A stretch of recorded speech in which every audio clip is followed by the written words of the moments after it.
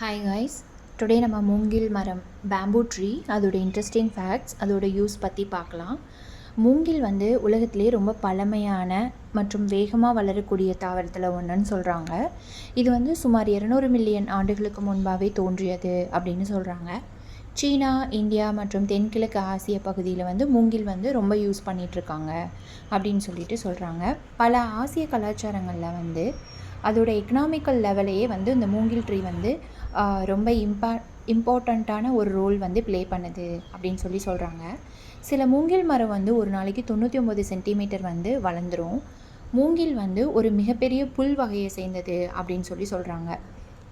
ரொம்ப பாண்டாக்கரடியெல்லாம் விரும்பி சாப்பிட்ற ஃபுட்டு மூங்கில் தான். மூங்கிலோட லீஃபு, மூங்கில் சம்மந்தமானது தான் அது ரொம்ப விரும்பி சாப்பிடுமாமா. மூங்கில் ஸ்டீலை விட வலிமையாக இருக்குமாமா. அதனால தான் கட்டுமானத்துக்கெல்லாம் அதை யூஸ் பண்ணுறாங்க.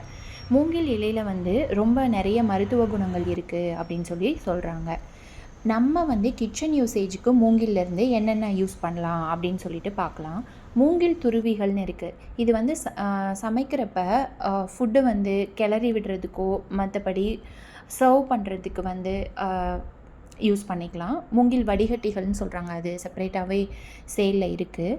அதை தேநீர், சூப் அந்த மாதிரியெல்லாம் வடிகட்டி குடிக்கலாம். இதனால் நம்ம அதோட மெடிக்கல் பெனிஃபிட்ஸும் நமக்கு சேர்ந்து கிடைக்கும்.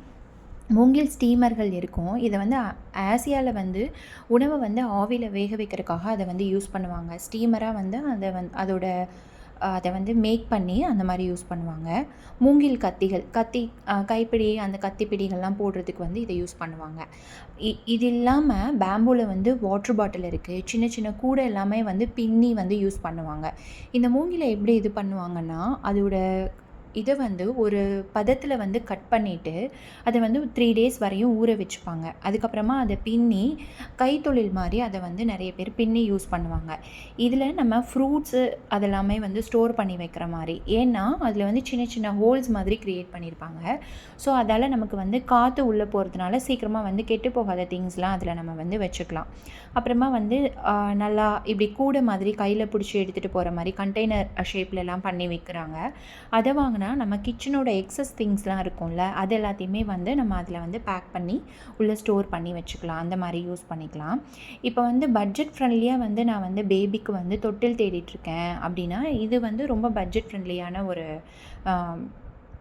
தொட்டில் இந்த வுட்டில் கிடைக்கும். இந்த மூங்கில் குழாயில் இது மட்டும் இல்லாமல் ஃபுட் எல்லாமே கூட இதில் பேம்பூ பிரியாணி ரொம்ப ஃபேமானது. ஸோ அதெல்லாமே கூட இதில் யூஸ் பண்ணுறாங்க. இதோட அரோமா ஃபுட்டோட இதை இன்னும் இன்க்ரீஸ் பண்ணி கொடுக்கும். அதோட மெடிக்கல் பெனிஃபிட்ஸும் நமக்கு கிடைக்கும். Okay guys, we will meet in next video with the interesting facts about wood and wooden wonders. Tata guys.